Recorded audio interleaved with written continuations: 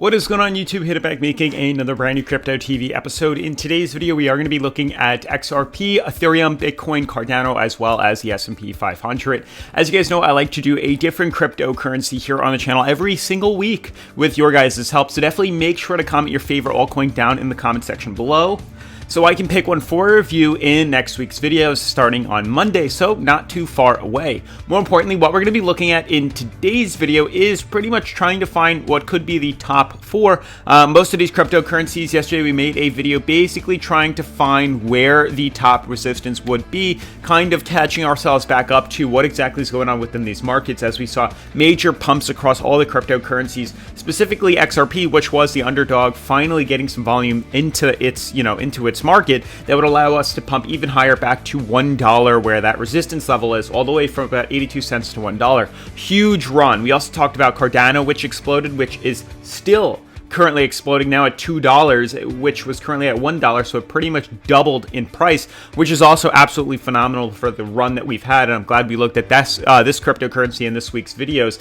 because of how much of a jump it made and how much profit we were able to capitalize on in the past couple of days, specifically with the fact that it had a double bottom. And for those that were commenting that there was no such double bottom, whatever it was, we called it right, and we're starting to see prices swing back up. So if you guys are here today, we are going to be trying to find what exactly is going on right now. We're starting to see some volume come back into the markets again, even after seeing a lot of consolidation. So we're trying to kind of figure out where exactly we could be moving to. If you guys are interested in learning more about this, definitely stick around. Definitely make sure to subscribe, turn on post notifications, smash the like button for the YouTube algorithm. Also, today's video is sponsored by FCQ Platform. Hopefully some of you guys have heard about this. It's pretty different. It's actually the first time I have been introduced to a real estate cryptocurrency project that allows for buying buying real estate with cryptocurrency and actually becoming a part of that investment, such as a REIT. But we're going to talk about that more at the end of today's video. Otherwise, let's jump into today's episode.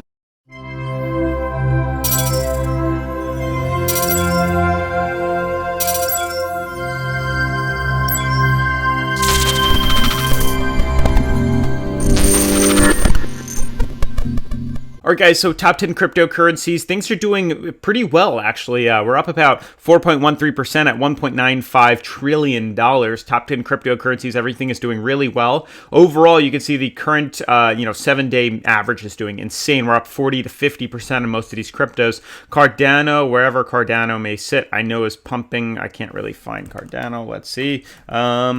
Oh, obviously right here at number 4 is up about 48% as well. So not only XRP, but Cardano is exploding as well. Wow, number 4 position.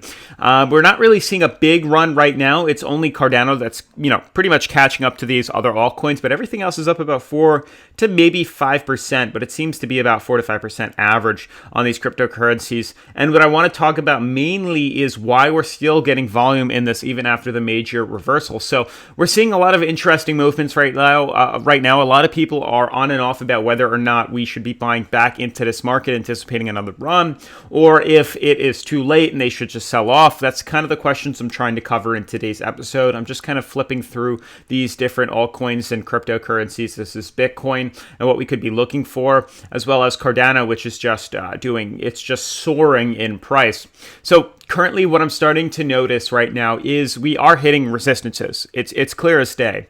But I have to compare it to the prior, bull run that we had a couple of months ago back in April. So you can see when we currently saw that major bull run, you can see the first kind of resistance we had. We were overbought clear as day, and we consolidated for a few days. It just lowered ourselves ever so slightly, and this gave us the performance and the volume that we needed to pump even higher, it's pretty crazy because we were still overbought, but it just lowered ourselves enough for us to swing even higher. And you can see that's exactly what happened, and it's kind of what's starting to happen right now, where we're kind of having that consolidation. It took about, I'd say, 4 to 5 days of this consolidation. We're kind of seeing that now, but it could allow us to kind of build up support and then explode to the upside once again. Also, looking at the MACD, you can see we were bullish for majority of this time here, and you can see we are bullish as well for a majority of where we currently are trading for, for XRP for right now. So there's a lot of signals that are showing reasons as to why this consolidation is necessary for another pump. And, I'd like to be optimistic here and figure that we're probably going to see something similar within XRP. It's just a matter of time. But as you guys can see, when we became overbought, we needed consolidation. Then we were able to pump even higher. And we're kind of seeing that same thing happen right now because we haven't retested that support and that resistance level in a very long time. 4 hour, we're going to compare the same thing. You can see we were overbought for a majority of this, consolidated back down. We pulled ourselves back down to actually trading at about 58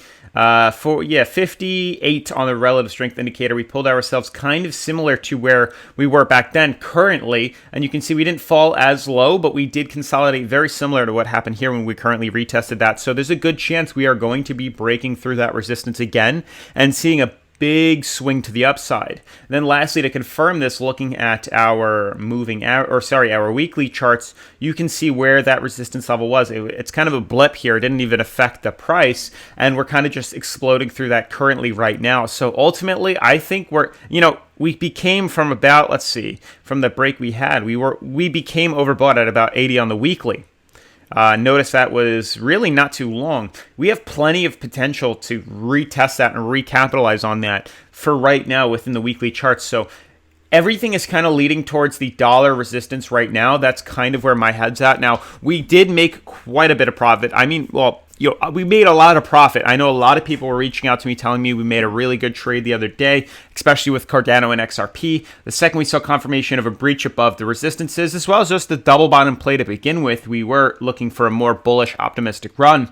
And then obviously confirming it again, we made that run from about 53 cents up to about 80 cents. When we got the confirmation of closing above top trend line and resistance, we made the run from 80 cents to $1, capitalizing off that. And, you could still have what you could do, and you could still have your stop losses created, and you can still be in an open position. But for those waiting to buy in just yet, or right now asking, is this the best time to be buying in? I would just hold off for right this second for XRP. I'm not saying don't buy in. My opinion on this, and if I was in this position, is waiting for the confirmation above $1 now. So if we see, and we probably will, but in the next couple of days, maybe today or tomorrow, we close above the $1 resistance level, maybe closer to $1.10, or we just start to see prices pump above $1.10, I'll take the risk, buy in, and I'll create my stop loss at $1. Obviously, we like to wait for closure where prices actually close on the daily above this resistance. But as you can see, that would be a massive loss in profit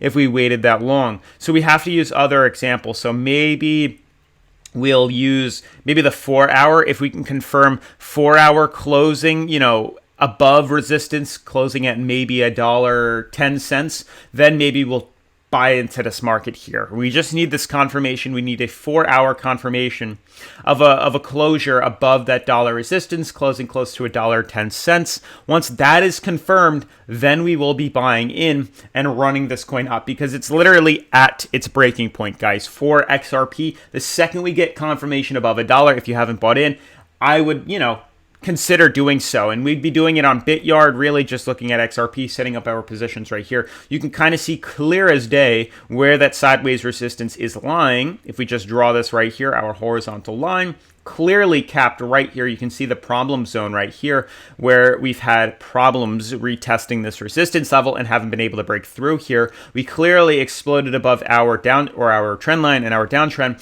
but I can see the second we get confirmation above here, that's when we'd be buying long, leverage trading it as usual. Link in the description of BitYard. Very easy to capitalize off this movement, but that's pretty much what we're waiting for here, that run above $1. And I think once again that XRP is the underdog and it should fill in the gap very quickly, especially since we're pretty much confirming the fact that we are in a bullish run right now. The higher low formations, it's pretty much setting us and breaking us through the downtrend, the slow bearish market that we've had, and now allowing us to move to the upside. Also, I'm starting to notice that there still is some sort of long-term uptrend here. It's kind of hard to draw in entirely, but there is something there. It's hard to, figure out exactly. It'd probably be easier on the weekly chart here, but you can see there is some sort of support level that's allowing us to kind of trend higher, however you want to look at that.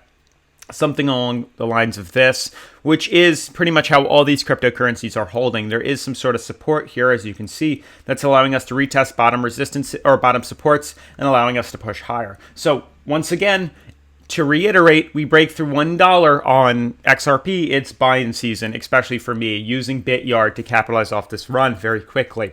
Now, for Ethereum, it's pretty much the same thing. You know, we have already broken through some of these major resistances. That's why this coin is much harder to buy into, because we're not seeing the trend lines. But it's probably going to be very similar to XRP. And why I say to use other altcoins as reference is because if XRP is having problems at $1 resistance, then Ethereum is probably going to be having problems at a similar level. Currently where I've placed it, kind of where you can see it right here. I mean, we can extend it out to the 4-hour to get a better look. You can see right now, this seems to be a problem zone, a support level at most at about 3,200. And that's currently where we're having problems currently. So if we see, once again, a breach above that top resistance, we'll know to buy in and leverage this to the upside. So they're all very, very obvious. It's easy to kind of figure out here. There is some sort of support here that we are slowly filling in this gap for Ethereum. But things are looking okay for all these cryptos. They look like they want to make another run as we are slowly building up support. We're trying to breach through that top resistance. The second we get another pop above there, the sky's going to be the limit. So once again, I'm still bullish on this. I don't think it's the end of the run just yet. Of course, we needed a few days of consolidation. I made that very clear, that even though we were still exploding in price, that we were at some point hitting some sort of resistance, needed to consolidate a few days, which we've been seeing. It's been about 1, 2, 3, 4, maybe 4 or 5 days on majority of the market of just some sort of consolidation.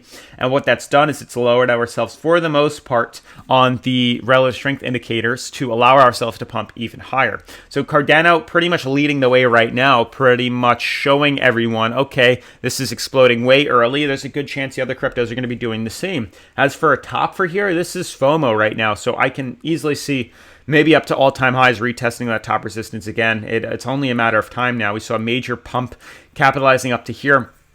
But Cardano does seem to be more risky. So my main buy-in now is XRP. And then I would say it is, maybe Ethereum and Bitcoin. These three for the most part for right now. There's no particular order to Bitcoin and Ethereum as they both look incredible. They both look really good. But XRP is definitely the number one because I think there's going to be a big jump in price on that one. But we can trade all of them at that point. Otherwise, S&P 500 looks okay. Still probably going to be moving higher. And then I do want to just talk about FCQ platform for you guys. I want to give a huge shout out to FCQ for sponsoring today's episode. As with all crypto projects, please do your own research and find out as much information as you can before investing anything. New crypto projects and token launches are all risky, and I always recommend not investing anything you're not comfortable with losing. And with that being said, I do want to talk about the FCQ platform. So basically, it's a blockchain-based platform that allows purchasing property either partially or all at once. All the transactions on the platform are backed by smart contracts, thus the assets of buyers and sellers are safe and sound. Now, the team's idea is that their users should manage the FCQ platform with their help, as well as benefit from the development of their platform. So, for this purpose, the native FCQN token has been created. It will be available on the DEX exchanges and in the first phase in September of this year, and it will be listed on Uniswap exchange as well. So the token is and will be deflationary. 1% of the sale of real estate and 50% of revenues from the secondary market will be allocated to the purchase of the token from the market and its burning. Currently, the platform is in beta phase. Nonetheless, a wide variety of real estate objects from all over the globe is soon to be added. To start investing, you really don't need a tremendous amount of capital. $500 USDT is plenty, and the minimum investment in real estate on their platform is only $500 USDT.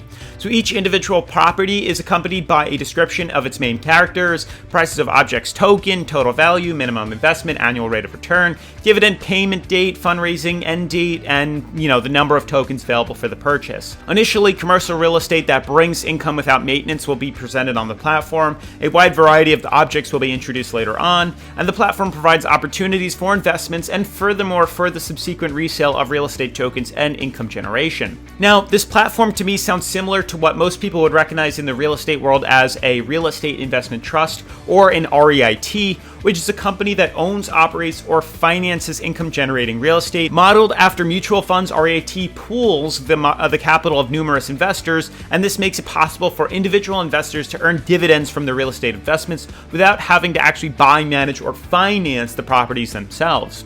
And with that, the FCQ platform says that they are a great way to diversify your portfolio by adding an ingredient considered to be the most secure and stable in the world, which is real estate, and especially important in the era of volatility on the digital currency market. Now, this is a convenient business model consisting of servicing all properties by specialized rental operators, thanks to which the investor receives a virtually maintenance-free proportional share in the profit from a given property. The exception is a situation in which one of the investors purchases 100% of a given property, then he himself decides about its purpose, whether he wants to rent it out, Airbnb it, or even live in it, for example. Now, FCQ ensures a secondary market for real estate shares, which will ensure full liquidity of the investment with full automation of processes and transparency. All financial flows are realized through the public smart contracts. Now, there is also a constant development of the platform, both in terms of adding new properties from around the world and technical solutions such as creating a mobile application for smartphones.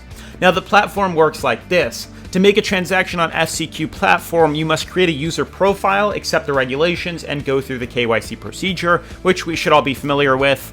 And then from the catalog of available properties, the user selects the one that suits him best. Each property is provided with a detailed description of the location, financial conditions, the photographic documentation, and any other, media or materials needed. And then a collection time is specified for each property. During their period, the user can specify the amount he wants to spend on the purchase of the property, and thus what part of the shares he wants to buy. Now, there are definitely a lot more steps which can be found on the website, but if you guys like this project, definitely make sure to check them out on Telegram or the website, which I've linked in the description down below. Otherwise, huge shout out to FCQ Platform for sponsoring today's episode. Definitely make sure to like, comment, and subscribe, and I'll see you guys in tomorrow's video. Peace.